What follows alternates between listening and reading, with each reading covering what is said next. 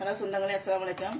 வாங்க இன்னைக்கு சூப்பரான டிஃப்ரெண்டான ஒரு ஜிகிர்தண்டா செய்யலாம். அதுக்கு ஒரு 50 கிராம் ஜீனி எடுத்து நான் கேரமல் பண்ணிக்கிறேன். நேச்சுரலான கலர் கொடுத்துக்குவோம்.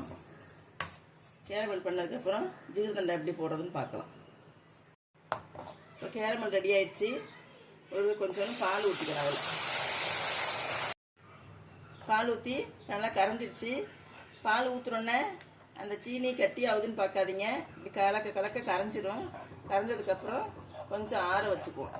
ஆறினதுக்கப்புறம் ஜிகிர்தண்டா எப்படி கலக்குறதுன்னு பார்ப்போம். இப்போ கேரமல் ஆறிடுச்சு. இதில் நம்ம சேர்க்கறதெல்லாம் சேர்த்துக்கலாம். ஐஸ் போட்டுக்கலாம். 2 ஸ்பூனு சம்சா விதை ஊற வச்சுருக்கோம், அதை போட்டுக்குவோம். பாதாம் மிஷின் கொஞ்சம் போட்டுக்கலாம். பாதாம் மிஷினை மிக்சியில் போட்டு பொடி நைஸாக அரைச்சி வச்சு இதை கலக்கி இருக்கிறேன். பாதாம் பருப்பும் முந்திரி பருப்பும் நைஸாக பொடி பண்ணி வச்சுருக்கிறேன். அதையும் கொஞ்சம் போட்டுருவோம்.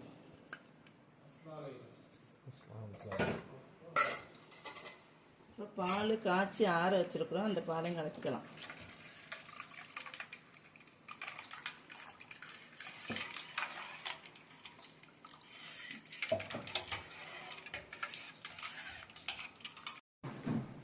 இப்போ கலர் வேணுன்னா நன்னாரி கலர் கொஞ்சம் கலந்துக்குவோம்.